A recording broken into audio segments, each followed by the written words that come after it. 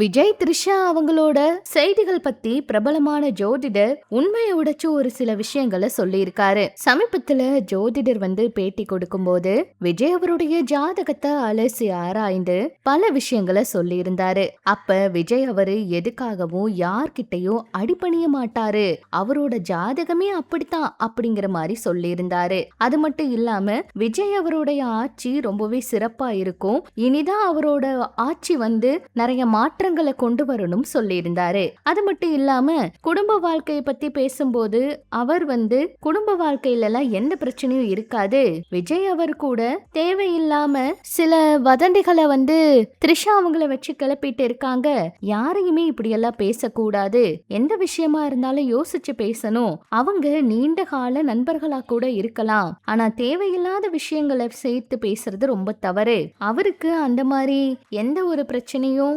நடக்காது, அவங்க 2 பேரும் பல வருடங்களா நல்ல நண்பர்களா இருக்காங்க, இத வச்செல்லாம் தேவையில்லாம வதந்திகள் பரப்ப கூடாது, அவங்க வந்தாங்க அப்படிங்கிறதுக்காக அவங்கள தேவையில்லாம பேசுறது நியாயமா அப்படின்னு சொல்லியிருந்தாரு. அது மட்டும் இல்லாம இனிதாங்க அவரோட அரசியல் ஆட்டமே ஆரம்பமாகுது, இனி எல்லா நல்ல நேரமும் அவருக்கு வரப்போகுதுன்னு அந்த பதிவுல அவர் சொல்லியிருந்தாரு. விஜய் அவருடைய ஜாதகம் நல்லா இருக்கிற மாதிரி இந்த ஆட்சியும் சிறப்பா அவர் கொண்டு போவாரு, மக்கள் எல்லாம் நம்புற மாதிரி நிறைய விஷயங்கள் மாறப்போகுது, அவங்க மாற்றம் வேணும்னு நினைச்ச மாதிரி எல்லாமே மாறப்போகுது, இப்படிப்பட்ட விஷயங்களை எல்லாம் கூட அவர் பதிவிட்டிருந்தாரு. சமூக வலைதளங்கள்ல இந்த செய்திகள் வெளியானதுமே ரசிகர்கள் ரொம்பவே பாராட்டவும் செஞ்சாங்க. அந்த ஜோதிடருக்கு நிறைய லைக் கமெண்ட் எல்லாம் கூட பதிவிட்டு இருக்காங்க. விஜய் அவர் ஆட்சிக்கு வந்ததுமே அவர் மறுபடியும் இந்த சட்ட சிக்கல் எல்லாம் சரி பண்ண முடியாது, அவர்னாலெல்லாம் முடியாது, இத்தனை நாளா எவ்வளவு போராடி நிறைய விஷயங்கள் மாத்தி வச்சிருந்தாங்க, இவர் எல்லாம் மாத்துறேன்னு சொல்லி ஓட்டு வாங்கிட்டு கடைசியில அதே நிலைமையில எல்லாத்தையும் விட்டுருக்காரு அப்படின்னு கோவத்தோட பயங்கரமா எல்லாரும் திட்டுனாங்க.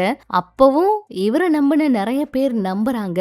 சமீபத்துல நடக்கிற பிரச்சனைகளுக்கெல்லாம் சீக்கிரமா பெரிய முற்றுப்புள்ளி வைப்பாரா அப்படிங்கிற எதிர்பார்ப்பு இருக்கு. சட்டத்தை ரொம்ப கடுமையாக்க போறாரா, இனி கடுமையான தண்டனை கடுமையான நடவடிக்கை எடுக்கப்படுமான்னு பெரிய கேள்விகள் இருக்கு. என்ன நடக்க போகுதுன்னு பொறுத்திருந்து பார்க்கலாம்.